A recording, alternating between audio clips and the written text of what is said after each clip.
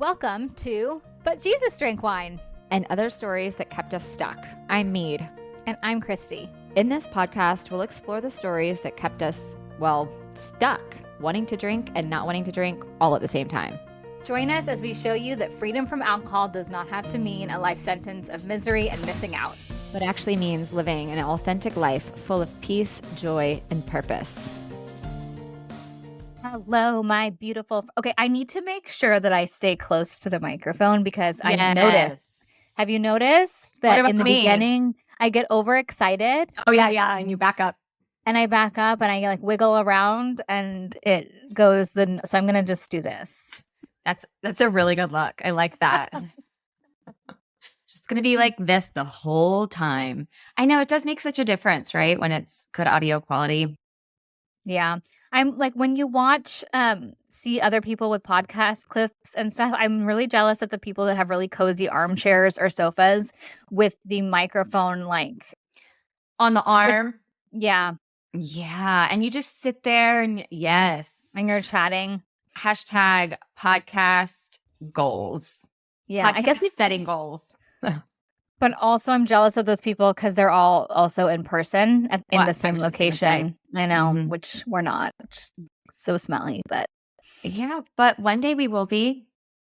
Yeah, we will. It's as if we planned it. As if we got it. And then I'm getting excited and I'm moving away from the microphone and I'm sounding like a weirdo. What are we talking about today, babe? Yeah, so we both just got back from retreats and we wanted to kind of like recap them live because we both left with takeaways and both of our retreats were different and different experiences and different ways. And so we're going to just recap it live on air. Yeah. On air. This is on air. No, that's not on air. This is not radio. If we have any young listeners, they're like, what is she talking about? So weird. I feel like it's also a nice opportunity to give the listeners just like a little peek inside of like our actual, like our life. You know what I mean? Yeah, true.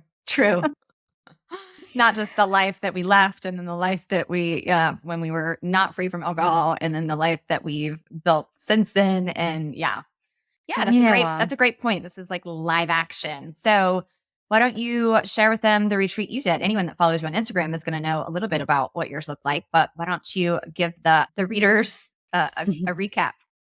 Yeah, it was really, really incredible and special. And I was saying to you just before we hit record that I'm tired, but I'm actually tired because every night I couldn't sleep because I was so excited and like just full of like just, I don't know, adrenaline in a good way. Not in a bad way, but I have a group called the Happier Hour, which it morphed from another group that I started a couple years ago.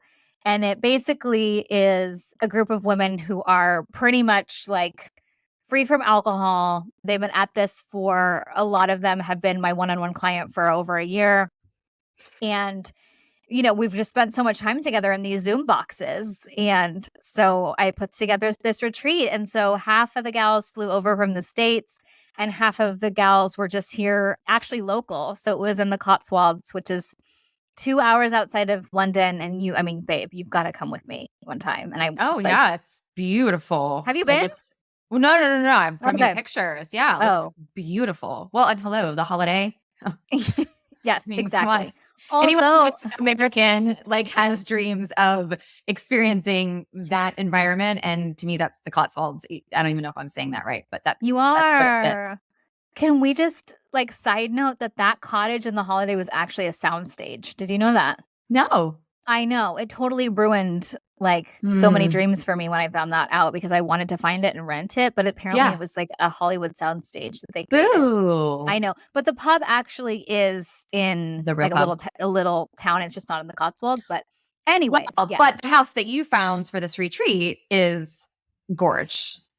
Yeah, it was really pretty, and the location was amazing. But it was just that thing that even though I've almost 4 years alcohol free, I've never been away for a long weekend, with a bunch of women who who were just kind of like most of them, as I said, are mainly free from alcohol. And so when you have that off the table, you just get to connect and know each Yeah. other in a way that like I've never experienced it before. Like I was crying saying goodbye to everybody at the end because you just you get to know each other and you go right to, you know, your family and what's more like most important to you and your kids and like, oh, just it was magical. We When you also don't have that mask of alcohol kind Yeah. of getting in the way and being like a connection point, you're kind Yeah. of having an opportunity to jump into some just really awesome, more meaningful conversations. Yeah, I so get that. It's so funny because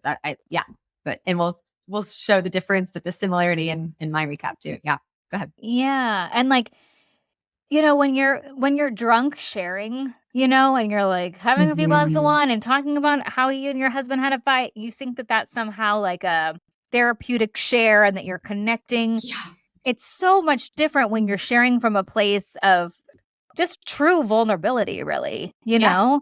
And you Yeah. know what you're saying and you you just connect in a whole different way. I mean, I said that when I kind of gave like a little toast on the last night and I was just like this has been so special for me too because I've never gotten to do this either. It was really really special. We had an incredible chef who is a friend from that was her son was in Ella's class in kindergarten and reception. And I knew her food was going to be good, but it was just beyond. So It if was you're beautiful too. If it looks, I mean, if it tasted half as good as it looked, then what a treat because it was beautiful. I love beautiful food. I don't know what that yeah. is. I don't know if Yeah. everybody appreciates beautiful food, but I love a plate Yeah. with a bunch of color and just beautiful. Yes. And we just literally, I mean, I brought a bunch of non-alcoholic options. I brought like Wild Idol and like a bunch of like like different things, alcohol-free beer and stuff. And so we kind of had like a little aperitif, if you will, like before dinner, but the food was like the star of the actual show. There wasn't all of that. We were like had water glasses and then the food got to like really stand out. So that was special. If you're in the UK and you want the name of a great chef, please DM me on Instagram or send me an email because she was amazing. And then I brought my Pilates instructor. And so she did Pilates. And the second day we did like pairs Pilates, which ended up just turning into a massive giggle fest. What is that exactly? Well, exactly. You're kind of just like pulling each other and stretching each other and like sitting in like facing splits and that kind of stuff. But we were just all giggling of like how far we've come from like knowing each other in a Zoom box to like literally like Holding having each other. Yes. our faces in each other's like hoo-has, you know? Oh my gosh. It was so fun and so funny. And I have to repeat this and I you have to laugh because I was crying, peeing myself from laughter as we were all sitting around kind of like chatting, saying where we were in our journeys and on the first night. One of the gals goes, "Yeah, this is marginally better than AA." And I burst out laughing because we're sitting here in this beautiful Cotswolds bar and like with this chef and we're like Marginally better. Marginally better. But yeah, it was great. The community was great. I said to Chris before I left, I'm never, ever planning another retreat ever again. It's way too much work. And of course, I came home and I'm like, I want to do it again, but I want to do it with Mead. I know. We've got big plans for that, but yay. I'm so glad it was such a fun time. Yeah, it was amazing to see those. I mean, that setting and being in community. I think that like for me, so the difference is that you went on this gorgeous retreat that you hosted. So you had some responsibility, right? And that's a little bit different than me going to the retreat, the Bob Goff camp, as one of the participants called it while we were there. And Tell the people who might not know who he is. yeah, well, Bob Goff is the author of Love Does, Everybody Always, several other books. He is an influencer, speaker, author. He's whimsical and fun and joyful, and he's my coach. So I started coaching with him last fall. And he just is one of these people that you just can't help but want to be around because I really think he just, for me, just lives from Jesus well. Like, just he loves people well. Like you Yeah. feel loved and cared for in his presence. I feel loved and cared for in my like coaching relationship with him. He's so wise. He's so like he's really good at uncovering, those stuck points and encouragement, all that stuff. But what was really just neat about this retreat was that I got to show up without responsibility. I was not hosting anything. And this is something that's new for me. We were, like we are people who lead a lot. We're leaders. We lead in all these different capacities in our families and our jobs and our churches and our communities and our worlds. Like we are women who are leaders, which by the way, I know a lot of people say like, but I'm not really a leader. I tend to be more of a follower. But like if you have a family, if you have kids, if you have, Yeah. it So doesn't true. it doesn't matter. Like you are a leader in some capacity somewhere. And I can get really stuck in that's a comfort area for me to lead. What's harder for me is following, which it plays into my whole faith journey too. But it was really refreshing to show up to a place where I didn't have to keep the time, which we both agree is not my strength. And praise God, I didn't have to keep the time because we wouldn't have been on time the whole time. But I got to just show up and be, and not as I cherish my roles as mom and wife and friend and sister and daughter and coach and lay leader at church. I cherish all of those roles, but I just got to show up as me and allow for other people to love and care for me well. And so I left the Yeah. retreat feeling, I left for the West Coast on early Monday morning, got home, literally walked in the door at midnight on Wednesday night. It was quick. It was fast. It was action packed. That flight alone is a lot. I am not as tired as I should be just from that physical exertion, but because I'm so recharged by being around so different setting. This was not a, defined group of people who are alcohol free like yours was. However, this is Mhm. a being in this community with people we kept saying like this week has been amazing. It was really like maybe 2 days total, but it felt like that because of the amount of connection that was happening in a short amount of time. Yeah. To your point with the vulnerability, when you're Yeah. not, when you're not dealing with the mask of alcohol, like you're able to get right to like, what do you do? And, what lights your soul on fire? Like, what are you passionate Yeah. about? Like, what are you stepping into? What do you want to do? Like, what's your big dream? That's something that Bob is so, so good about for me and helping me like dream big, so to speak. I forget that we get to do that. Like that's something Yeah. something we get to do. But yeah, being in a room full of people who are all like-minded in their wanting to Mhm. love others well, living from Jesus. I think most of them, if all of them, if not most of them were. And then also kind of like saying like, what next for me, God? Like where do you want me to go now? Like, where do you want me to, and it could be in stepping into our lives and like another just coming home and stepping back into the mom of the leader of the family and Mhm. that role, or like I'm writing my book. Like that's my next, I'm moving into that season of writing my book, and other people have nonprofits and they're moving into their next season of growth. But it was just this really amazing time to recharge and reconnect, and like through when alcohol is not there clouding it, Mhm. and you're kind of like-minded and you're wanting to grow, you share this, like one of the huge takeaways for me too is just being around people who share similar values, and how Yeah. Yeah. how we get to choose who and what we allow influence us. Who knew? Who knew? Thank you. Yeah, Yeah. who knew? It's something I think I go back to like one of the I say this a lot of, but one of the best gifts, the greatest gifts of finding freedom from alcohol is how it woke me up to the power of thoughts, and how beliefs shape behaviors, and as like a big part of that, and the bigger part, the most like the underlying part of that, I would say, is when you're not living aligned to your values, Yes. Yeah. you are going to have internal chaos, noise, tension, stress, anxiety, fill in the blank. That was the world I was living in. And I didn't Mhm. know that it was because I wasn't living into my values. So then now being removed, free from alcohol for, 4+ years here, or is it 5? I don't know. I'm coming up on 5, but You must, yeah, you're ahead of me. So yeah, you must be almost 5, yeah, I'm right? coming up on 5. Yeah. Yeah, I Yeah. think math is hard, so I won't try. But um, I didn't know that that was the big piece of the puzzle that was making my life so complicated before.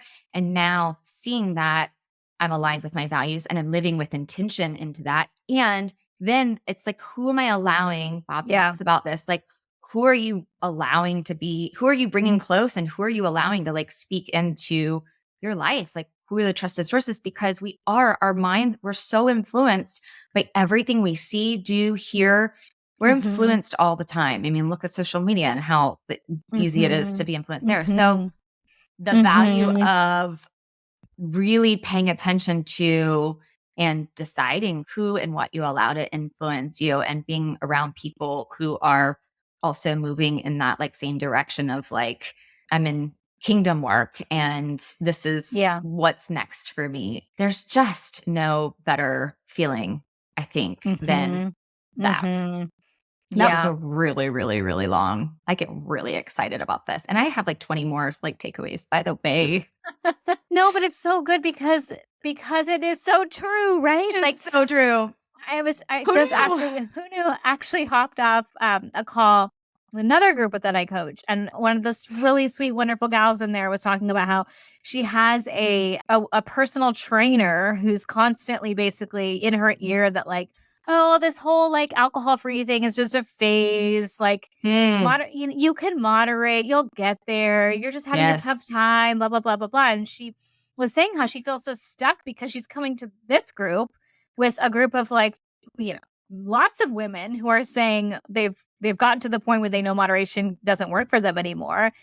And so I said, like, you're allowed to outgrow people. You are allowed Yes. to outgrow people. And you are the sum of the people that you hang out with. So of course you're feeling stuck and Yep. conflicted if you've got like one thing in your ear and then the other thing over here. And so that's what I think was like, it sounds like so great for both of us, right? Because not only now we are living aligned with our values, but then being in rooms with people that are also aligned with our values, it's just like takes it to the next level. Totally. And I know that for like the women on my retreat, it was the same. Everyone was like, oh my gosh, do we have to go back to the outside world where we have to like defend the fact that we're not drinking and all this other BS when you just don't have to do that? It's just so nice. Well, and so it's interesting. This is coming to me live on air, people. But what's cool about where I was too, and I wonder if that's like I don't know, like a stepping stone for people, but people in hearing my story in the setting, the workshop people I was around this week. And these are people again, like that maybe want to write a book or they want to, whatever their next like thing is, but they're not in this alcohol free world like we spend so much time in. And so Yeah. they're like, wait, what? Like there's this whole like sober curious type, like they were like fascinated by this world that I live in and my story. And it was really refreshing to be in a space where people were like, wow, isn't that cool? Like you're living differently. Like you're living so differently, so counterculturally to everybody else. And by the way, isn't that how Jesus calls us to live? Like, and even like being in that space, I was like, oh, it's Yeah. that kind of like affirmation of, yeah, no, this doesn't have to be this. You're not a weirdo because you don't drink. Like, Yeah. it was very, very cool to hear that. And that was one of my like big takeaways too. Like, okay.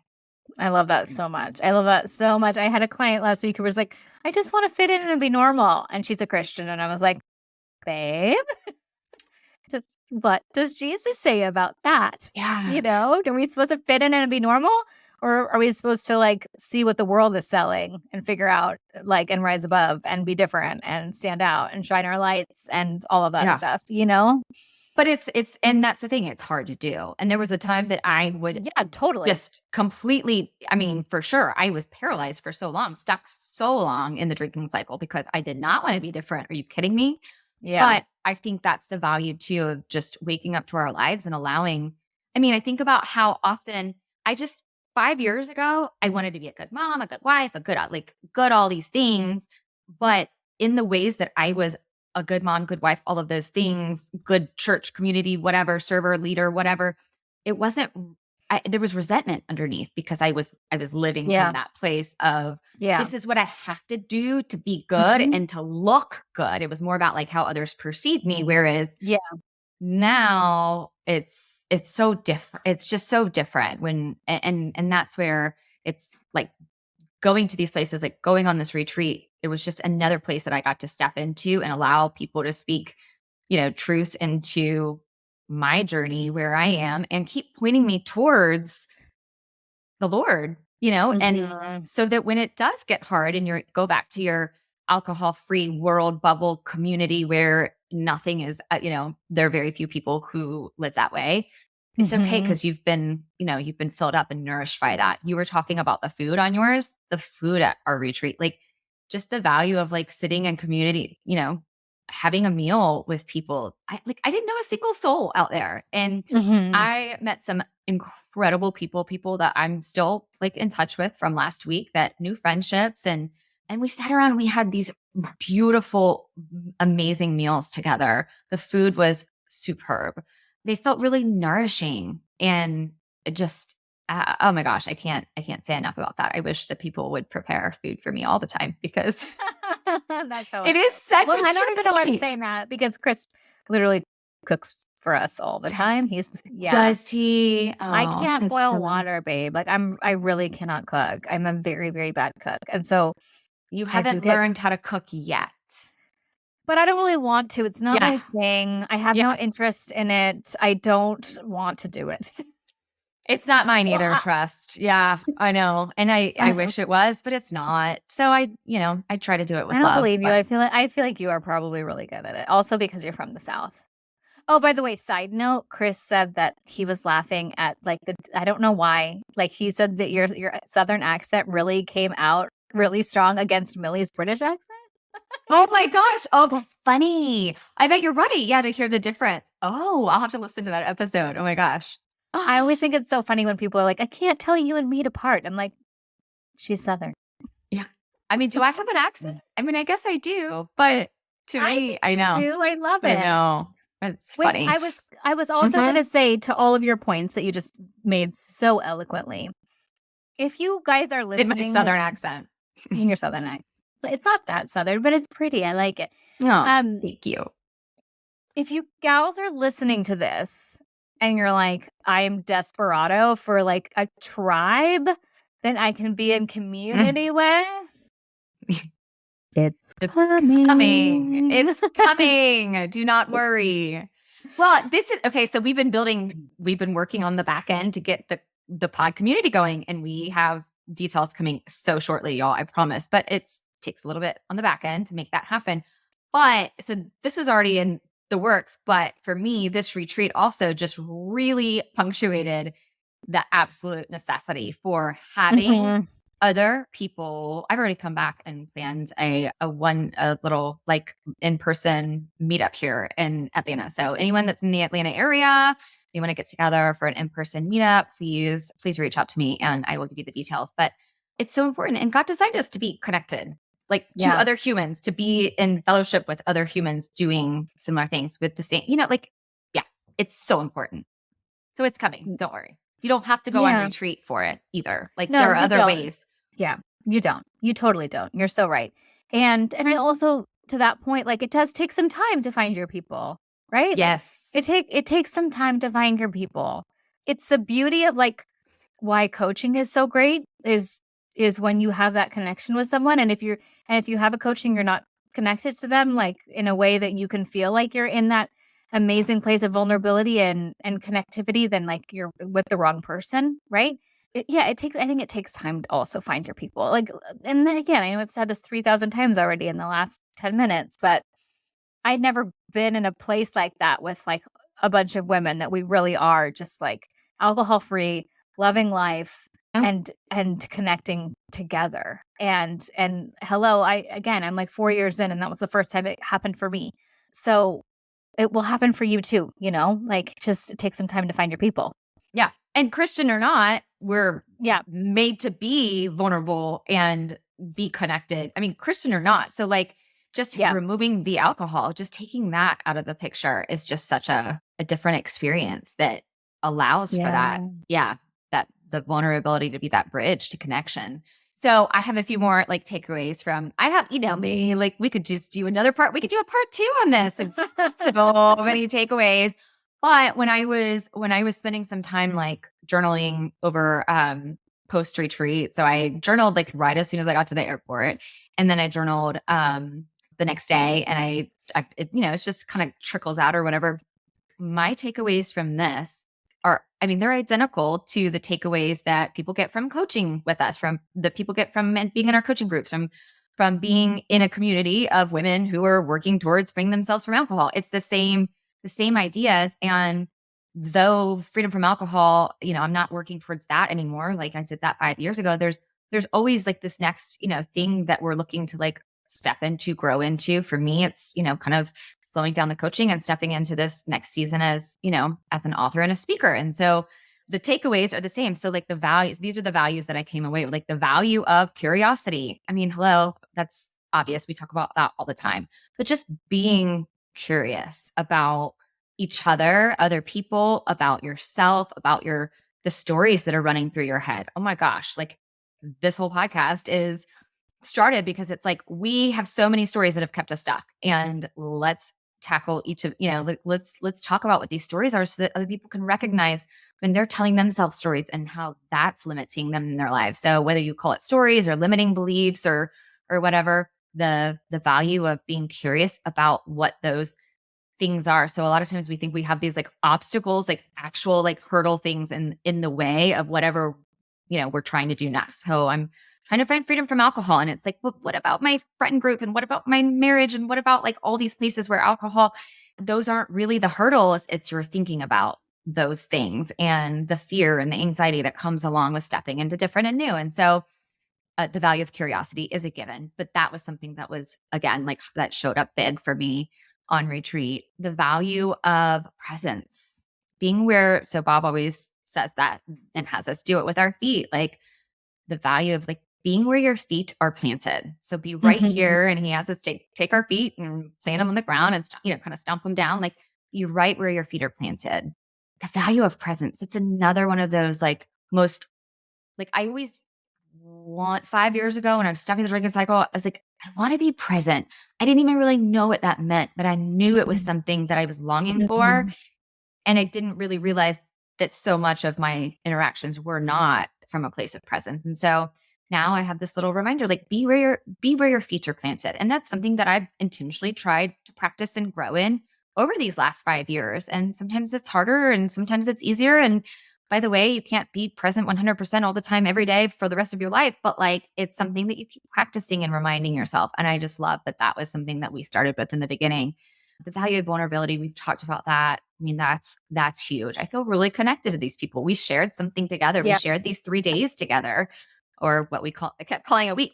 The week, like we shared this time together. The value of dreaming big and intention setting, we've touched on that too, but like really, truly, like the thing that stops us from getting in the way of what we're dreaming to do, or what we want to step into, like it again goes back to the stories. Like, what are they? And then part of our workshop too, we had the incredible Mike Foster, and he wrote a book called The 7 Primal Questions.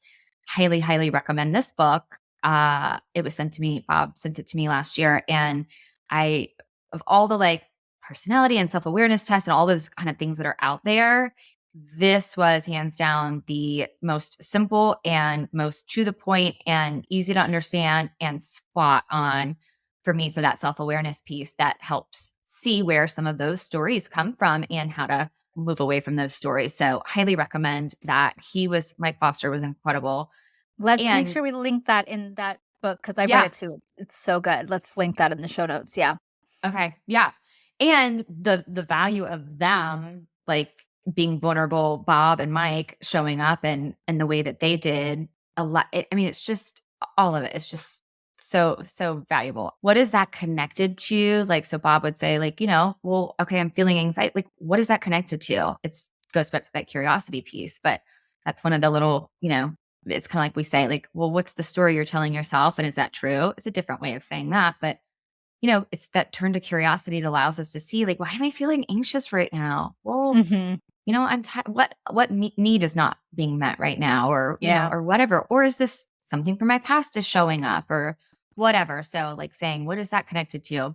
And I talked about the value of, like, we all, I think, want to love others well. I think we all, in our own ways, do a good job of that, sometimes better than others. But I think it's really, really hard.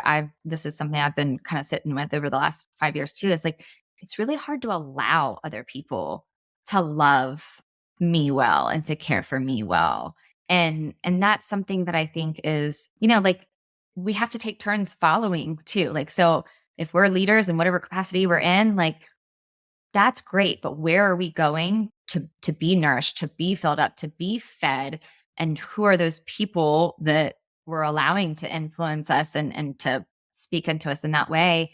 And how does that allow us to fill back up and be recharged and come back? Like, I came back with this, like, I mean, Todd's like, you want to go on retreat, like, and you come back like this every time. Fantastic. Like, let's build this into a regular schedule here, however we have to, because the difference when we allow other people to love us well and to care for us, then we actually have that to give. And I think, that's also how we feel that embodied sense of how Jesus loves us, through allowing other people to love us well. So that was a huge kind of takeaway for me too. And my hope is that everybody can have a space where they allow themselves to be loved well, and step into that place where there wasn't responsibility. You don't have to lead. You don't have to keep the time. You don't have to have this structured, whatever. I got to be a sheep for the week. And that was not something I ever thought I would enjoy being, because leadership is my thing. But it was really rejuvenating, restorative. I Yeah. love that so much. I feel like we don't really need a Tina for today, do we? Or I mean, maybe we should. Maybe ask the question. I mean, this is something that I came back to, like, who are the people that, or what are the places, or who are the people, where are the spaces that I can show up and be loved I and love cared that. for? Yeah. Do I have people in my life like that? And yeah, in my life, sometimes I feel like everybody needs something from me. And it's a Mhm. gift that I'm a mom, and I cherish that role. Like, and I take my job very responsible, really, responsibly. I take the responsibility of that very seriously, is what I was trying to say. But, and as a wife and running, all the things, but it's also really nice to have places where nothing is, you just get to show up and you just get to be, and you don't have to do anything for anybody, and you don't have to, like, where are those spaces? And if you don't have them, let's talk about it. Let's get curious about it, because you can find them. Like, they're Mhm. out there. Mhm. Yeah. And hopefully our community will fit that need for some people too. Yeah. I love that. So Anything good, else? babe. No, I think that's good. I love it. Yeah. So Okay. good. We'll also leave. Okay, fine. Another Tiny Tina. Go listen to this. I know. I can't stop. Like, I just can't. I can't. This song, Honey in the Rock. I don't know if you've heard that one by Brooke. I don't know how to pronounce her last name. Liggard-Twid or something like that.